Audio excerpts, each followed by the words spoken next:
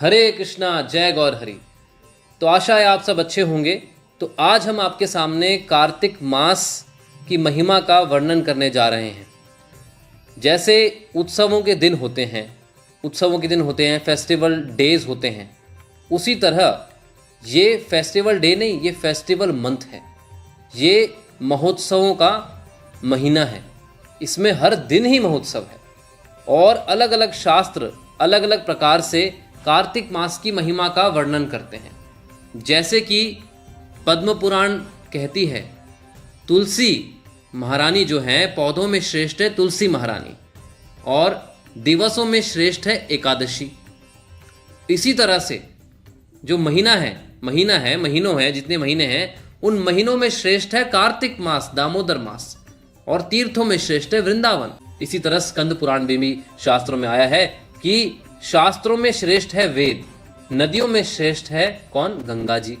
और इसी तरह से मासों में जो श्रेष्ठ है, जितने भी ये सारे मास है, उनमें श्रेष्ठ कौन है? कौन सा मास है? कार्तिक मास है। तो ये बहुत अनेकों प्रकार से शास्त्रों में इस तरह महिमा गुणगान किया गया है।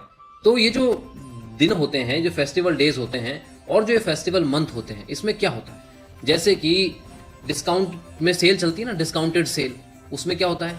बहुत ही मतलब सस्ते दामों के अंदर महंगे सामान आपको बहुत ही सस्ते दामों में मिल जाते हैं। फेस्टिवल डेज आते हैं, इनमें क्या होता है? इनमें भगवान श्री राधा कृष्ण, श्री गौर निताई और समस्त वैष्णव भक्त वृंद जितने भी हैं, सब बहुत प्रसन्न होते हैं, उल्लास से झूम रहे होते हैं।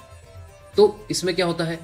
इसमें अगर आप कृपा की याचना करते हैं, भक्ति की याचना करते हैं, भगवान से प्रार्थना करते हैं कि मेरी भक्ति बढ़े, और उसके अनुसार कुछ नियमों का पालन करते हैं, तो आपको क्या होता है? आपको बहुत अनंत लाभ प्राप्त होता है भक्ति का। तो कौन से नियम हैं? और ऐसे भी कोई नियम नहीं है कि आपको पत्थर तोड़ने पड़े। बहुत ही आसान, भगवान ने हमें पता है, भगवान हमें जानते हैं कि ये पत्थर तोड़ने वाले काम तो नहीं कर सकते, तो इसलिए इनको आसान से सेवा दी जाए जिससे कि ये आसानी से कर सकें। तो हमें पर करना क्या पड़ेगा? इसमें क्या, हमें अलग अलग तरीके से संकल्प लेना पड़ेगा।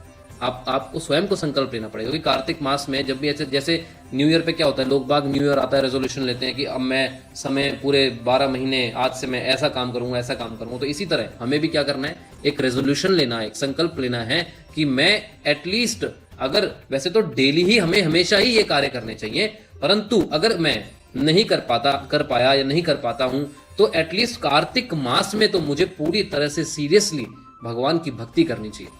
जब आप ऐसा करेंगे तो आपको एक बहुत जबरदस्त पुश मिलेगा आगे आने वाले समय में भी पूरी तरह से भक्ति करने का। तो ये इसके पीछे छुपा हुआ राज है कि क्यों पूरी तरह से कार्तिक मास को हमें पूरी तरह से पालन करना चाहिए।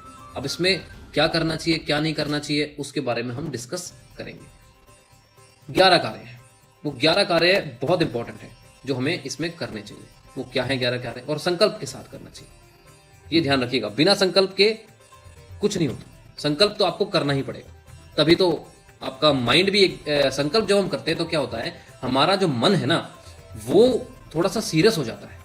अगर बिना संकल्प के हम कोई कार्य करते हैं ना, तो चलता है कि चलो ठीक है कर रहे हैं, पर नहीं, अगर आपने संकल्प ले लिया तो हम उसको निभाने की पूरी कोशिश करते हैं। तो वही हम करने जा रहे हैं, एक एक करके हम संकल्प लेंगे।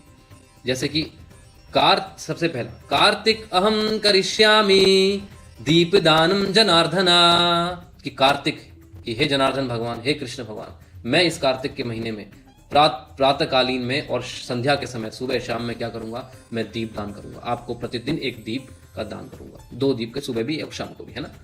तो क्या होता है दीपदान करने से? शास्त्रों में बहुत महिमा बता रखी है। जैसे कि एक बात मैं आपसे शेयर करता हूं, जैसे जितने पाप, मतलब जो बहुत बड़े बड़े, मतलब कोई पापी हों, जिन्होंने, शास्त्र बताते हैं, जैसे जो बड़े बड़े पर्वत होते हैं, मेरू पर्वत है, मंदराचल पर्वत है, बहुत विशाल पर्वत है, अगर आपने इन पर्वतों के समान भी पाप इकट्ठे कर रखे हैं, अपने पिछले जन्मों के हमने इकट्ठे कर रखे हैं अगर हम कार्तिक मास में दीपदान करते हैं, दिल से दीपदान करते हैं, हृदय से भगवान को प्रेम से दीपदान करते हैं, तो क्या होता है? ये सारे के सारे पापों के पहाड़ चकनाचूर हो जाते हैं। जी हाँ। इसी तरह से आगे नेक्स्ट हम चलते हैं, हम आपको बताएंगे एंड में कि किस प्रकार आप दीपदान कर सकते हैं। ये पूरा श्रृंखला हमारी पूरी हो जाए, इसके बाद हम एंड में आपको बताएंगे किस प्रकार आप दीपदान कर सकते हैं ना, कैसे कैसे आपको दीपदान करना है। फिर दूसरा, कार्तिक अहम करिष्यामि महामंत्र जपम सर्वम।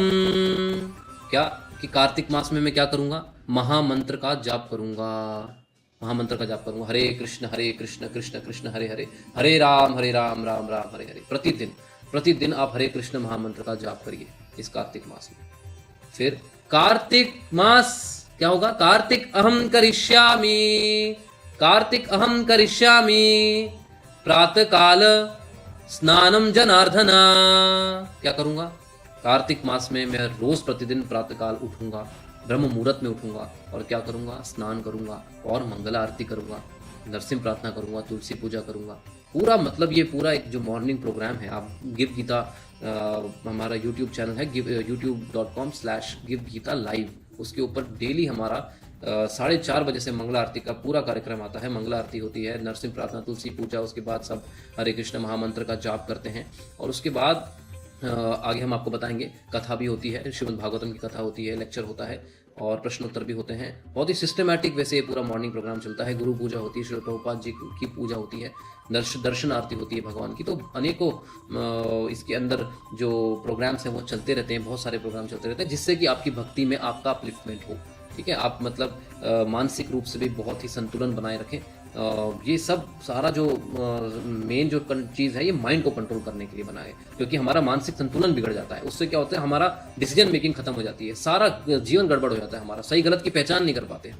तो इसलिए जब आप ये पूरा मॉर्निंग प्रोग्राम अच्छी तरह अटेंड करेंगे तो आपको क्या होगा? आपको डिसीजन मेकिंग पावर आएगी, माइंड कंट्रोल होगा, उससे डिसीजन मेकिंग आएगी। डिसीजन मेकिंग से सही और गलत की क्या पहचान कर पाएंगे और आपको जो फ्रूट्स मिलेंगे वे सही करेंगे तो अच्छा ही मिलेगा आपको, है ना। तो ये बात अब ध्यान से सुनिएगा। इसी तरह से कार्तिक अहम करिष्यामि कीर्तनम जनार्दना। किस कार्तिक मास में मैं क्या करूंगा? कीर्तन करूंगा। हरे कृष्णा कृष्णा कृष्णा हरे हरे, हरे राम राम राम हरे हरे। किस कार्तिक मास में मैं कीर्तन करूंगा? सुबह शाम भगवान का कीर्तन करूंगा।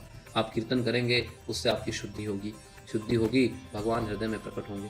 तो ये बहुत ज़रूरी है भगवान का कीर्तन करना। और ये संकीर्तन युग है, ये कलयुग में तो संकीर्तन का युग है। इस संघ में मिलकर क्या करना? कीर्तन करना। संघ बहुत ज़्यादा ज़रूरी है, संघ में मिलकर कीर्तन करना बहुत ज़्यादा आवश्यक है। ये संघ ऐसे ही है जैसे कि मान लो एक व्यक्ति है, अगर एक व्यक्ति क्या करे कि उसको बोल दिया जाए कि गड्ढे खोदो, एक बहुत बड़ा गड्ढा खोदो, उसमें से क्या करो? पानी निकालो, है जमीन के अंदर से पानी निकालना है। क्या करना है? गड्ढा खोदना है, बहुत बड़ा गड्ढा खोदना है, पानी निकालना है। डीप भी जाएगा जो गड्ढा होगा, क्योंकि पानी कैसे निकलेगा फिर? तो अगर एक व्यक्ति को कह दिया कि 10 व्यक्ति को कह दिया कि भाई या तुम खोदो, और 10 व्यक्ति ने क्या किया? एक साथ गड्ढा खोदने की जगह अलग अलग जगह गड्ढे खोदने शुरू कर दिए, कितनी देर में पानी आएगा बताइए आप? और अगर वो 10 के 10 एक ही जगह गड्ढा खोदें तो कितनी जल्दी पानी आ जाएगा? आएगा ना। क्यों? क्योंकि संघ, तो ये संघ ही शक्ति है। तो आप अपनी फैमिली के साथ सबको साथ में मिलाइए और सबको साथ में मिला के कीर्तन करिए। फिर देखिए आपके जीवन में भगवान श्री कृष्ण के भक्ति की, भगवान श्री कृष्ण की कृपा की बरसात होगी जी, वो पानी बरसेगा आपके ऊपर, भगवान श्री कृष्ण की कृपा। तो इसी तरह से जितने भी संकल्प हैं आप एक के बाद एक इसी तरह से संकल्प ले सकते हैं।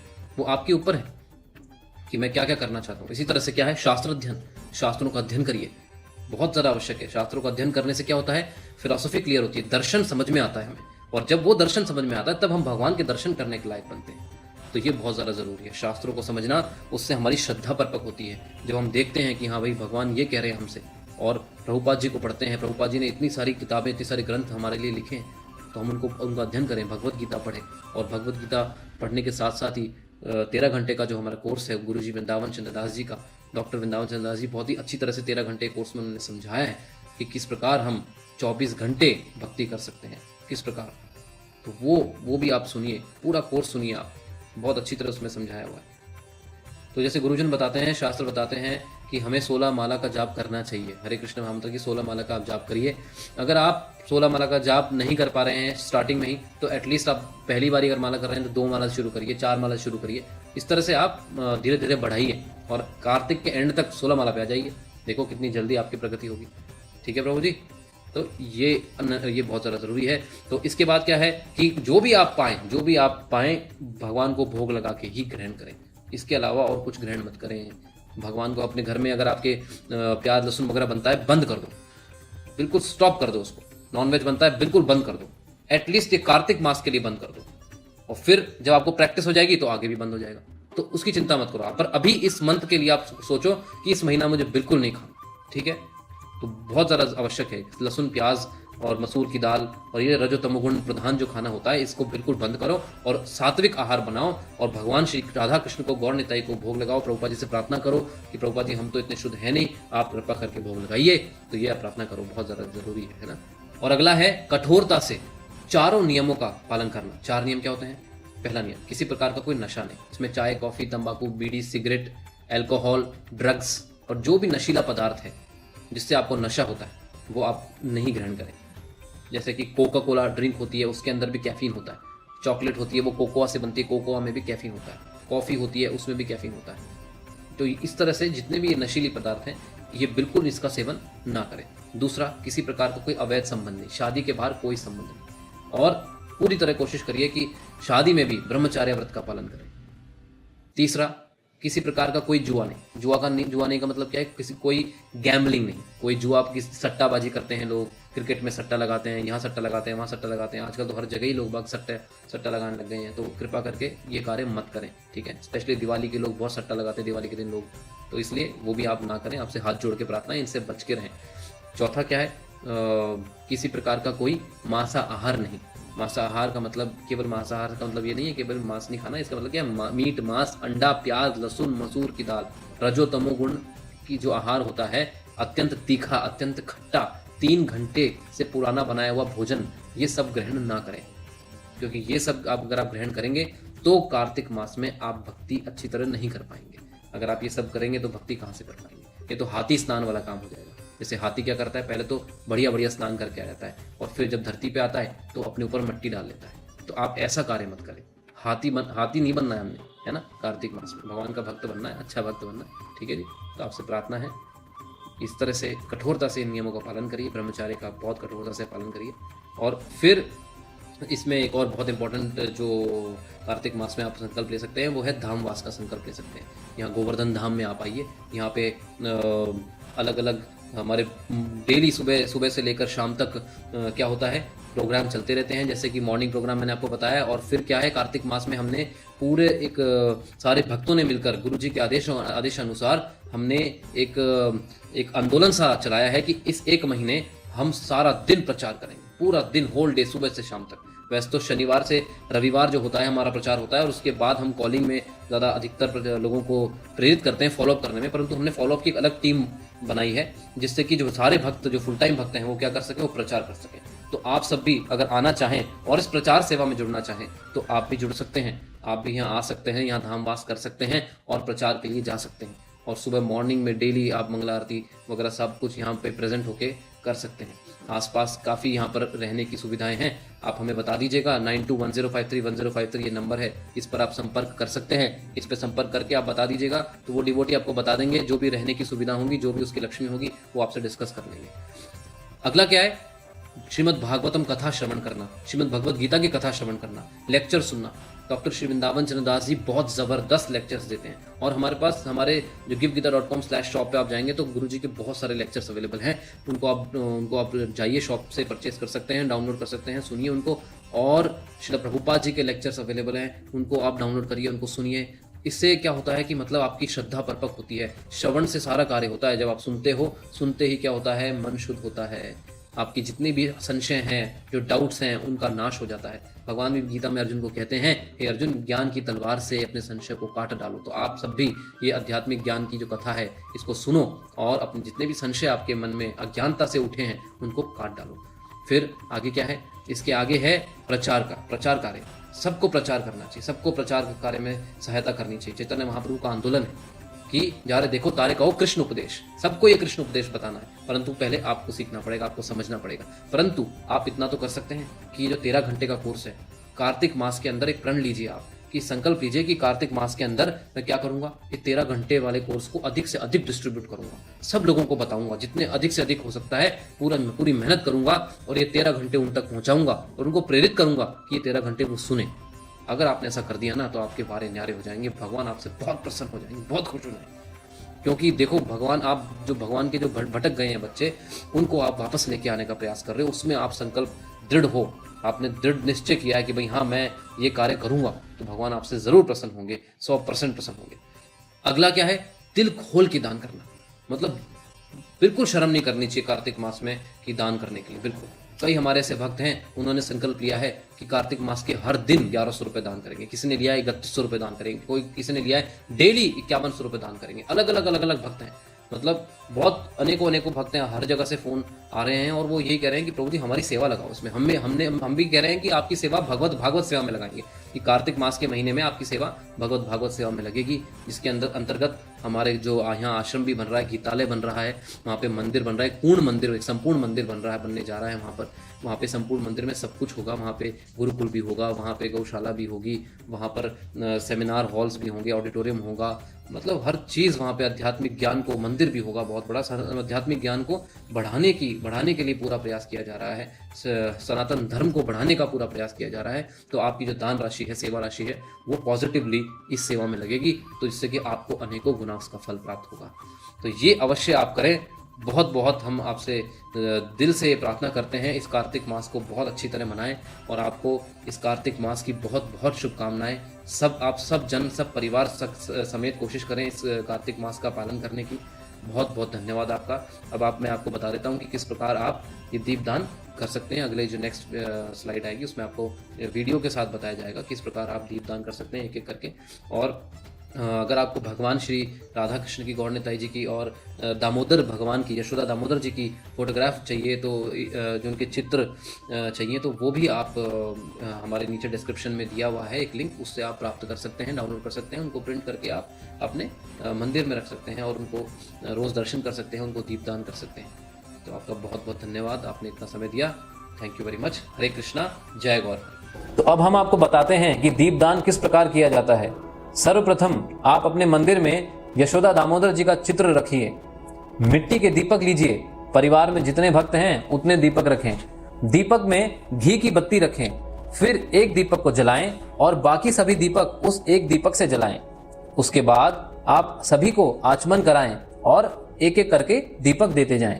सबसे पहले श्रील प्रभुपाद जी को दीपक दिखाएं और उनसे भगवान की आरती करने की प्रार्थना करें कि हे श्रील प्रभुपाद, मैं इतना शुद्ध नहीं हूं कि मैं भगवान की आरती कर सकूं, आप ही कृपा करें कि मैं आरती कर पाऊं। उसके पश्चात सबसे पहले यशोदा दामोदर जी के चित्र की ओर देखें और आरती करना प्रारंभ करें। भगवान श्री दामोदर जी के चरणों में 4 बार पहले दीपक घुमाएं, उसके बाद 2 बार नाभि पे दीपक घुमाएं, उसके बाद 3 बार मुखार वृंद पे दीपक घुमाएं और उसके बाद 7 बार पूरे शरीर पे दीपक घुमाएं। इसी प्रकार यशोदा मैया जी की भी आप आरती करें। और उसके बाद इस चित्र में जो आप देख रहे हैं कि ओखल भी है जिससे यशोदा मैया कृष्ण भगवान को बांध रही थी, रस्सी भी है और छड़ी जिसको लेकर यशोदा मैया कृष्ण भगवान के पीछे भागी थी, और वृंदावन धाम की झलक भी आप देख पा रहे होंगे।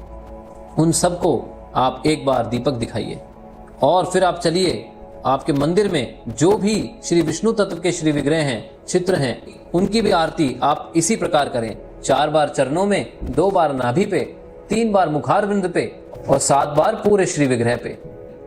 और अंत में श्री षड गोस्वामी जी को दीपक दिखाइए, श्री प्रभुपाद जी को दिखाइए, श्री गुरु परंपरा को दिखाइए। और जहां पर भी भगवान श्री कृष्ण की, राधा कृष्ण भगवान की आरती होती है, वहां पर समस्त देवी देवता और समस्त शुद्ध भक्त, वैष्णव भक्त भी उपस्थित होते हैं। तो इस प्रकार दीपक को घुमाइए कि चारों ओर आप जो समस्त देवी देवता हैं और जो समस्त भक्त हैं उनको भी, उनकी तरफ भी आप दीपक को घुमा दीजिए। फिर एक जगह सब दीपक रख दीजिए और आरती ले लीजिए।